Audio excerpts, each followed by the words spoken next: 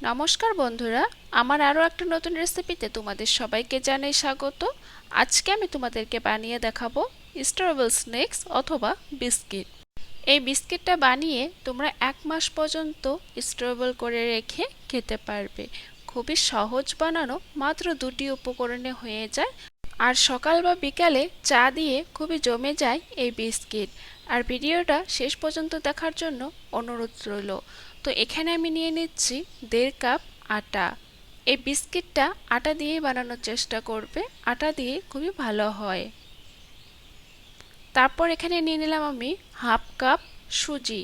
সুজিটা দিলে একদম খাস্তা হবে, খেতে খুবই ভালো লাগবে। তারপর দিয়ে দিলাম 1 চিমটি নুন। মিষ্টির মধ্যে নুনটা দিলে খেতে খুবই ভালো লাগে। তারপর দিয়ে দিলাম 2 চামচের মতো সাদা তেল।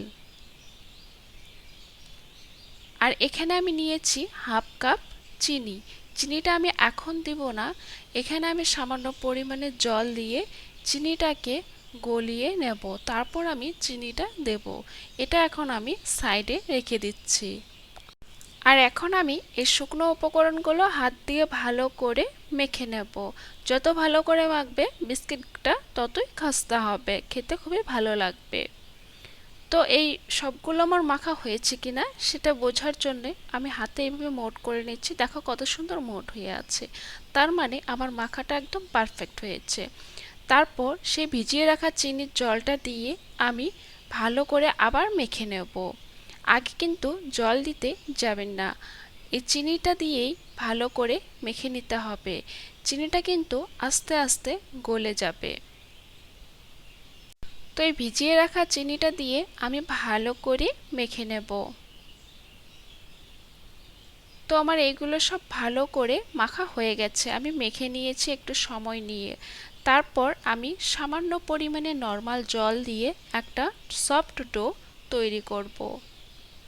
আর বেশি কিন্তু জল দিতে যাবেন না, সামান্য জল দিলেই এই ডোটা সফট হয়ে যাবে। তো দেখো আমার ডোটা সফট হয়ে গেছে। এখন আমি 2 ভাগ করে নিচ্ছি।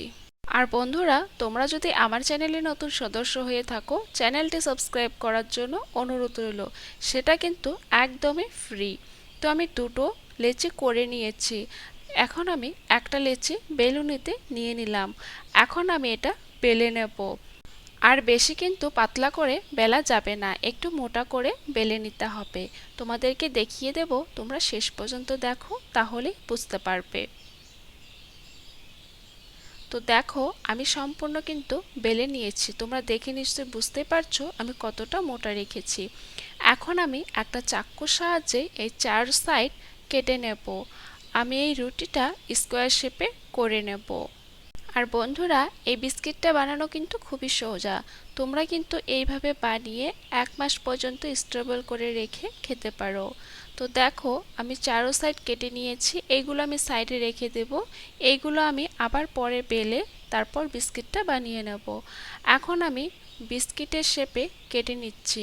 আমি স্কোয়ার শেপে কেটে নেব। তোমরা চাইলে অন্য শেপও কেটে নিতে পারো, তবে স্কোয়ার শেপটাই ভালো লাগে বিস্কিটের। তো দেখো আমি কেটে নিচ্ছি, তোমরা দেখলেই বুঝতে পারবে। আমি সবগুলো বিস্কিট সমানভাবে কেটে নেব। আর এটা একটু বড় হয়েছে তাই আমি সাইডে ভাবে কেটে নিচ্ছি। এইগুলো আমি সাইডে তুলে রাখবো, এগুলো আমি পরে বানাবো। এখন আমি তুলে নিচ্ছি।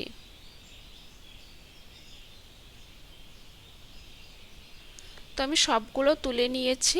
এখন আমি বিস্কিটের ডিজাইনটা দিব। আমি চাকুর পেছন সাইড দিয়ে এইভাবে ডিজাইনটা করে নিচ্ছি। দেখো তোমরা দেখলেই বুঝতে পারবে।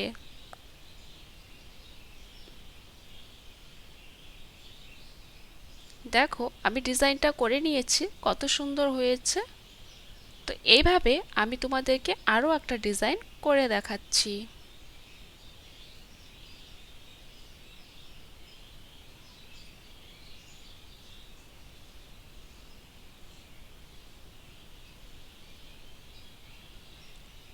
তো এই ডিজাইনটাও আমার হয়ে গেছে। এইভাবে আমি সবগুলো বিস্কিটের ডিজাইন করে নিয়েছি। এখন আমি এগুলো ভাজবো। চুলায় আমি কড়া বসিয়ে তেলটা গরম করে নিয়েছি। তারপর ফ্লেমটা কিন্তু একেবারে লোতে রেখেছি। সেই লো ফ্লেমে রেখে বিস্কিটগুলো একটার পর একটা দিয়ে দিচ্ছি তেলে। বিস্কিটগুলো লো ফ্লেমে রেখে ভাজতে হবে, তাহলে ভেতর থেকে ভাজা হবে আর একদম খাস্তা হবে, খেতে খুবই ভালো লাগবে। তারপর এক পাশে হওয়ার পর আমি এইভাবে উল্টে পাল্টে বিস্কিটগুলো ভেজে নেব। আর বিস্কিটগুলো আমি গোল্ডেন ব্রাউন করে ভেজে নেব।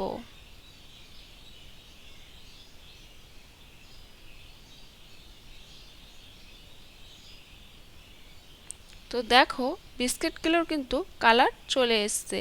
এখন আমি নামিয়ে নেব। এইভাবে আমি সবগুলো বিস্কিট ভেজে তারপর নামিয়ে নিয়েছি। দেখো কত সুন্দর হয়েছে বিস্কিটগুলো। তো এই বিস্কিটের রেসিপিটি ভালো লাগলে লাইক কমেন্ট শেয়ার অবশ্যই করো, আর নতুন রেসিপি দেখার জন্য চ্যানেলটি সাবস্ক্রাইব করো।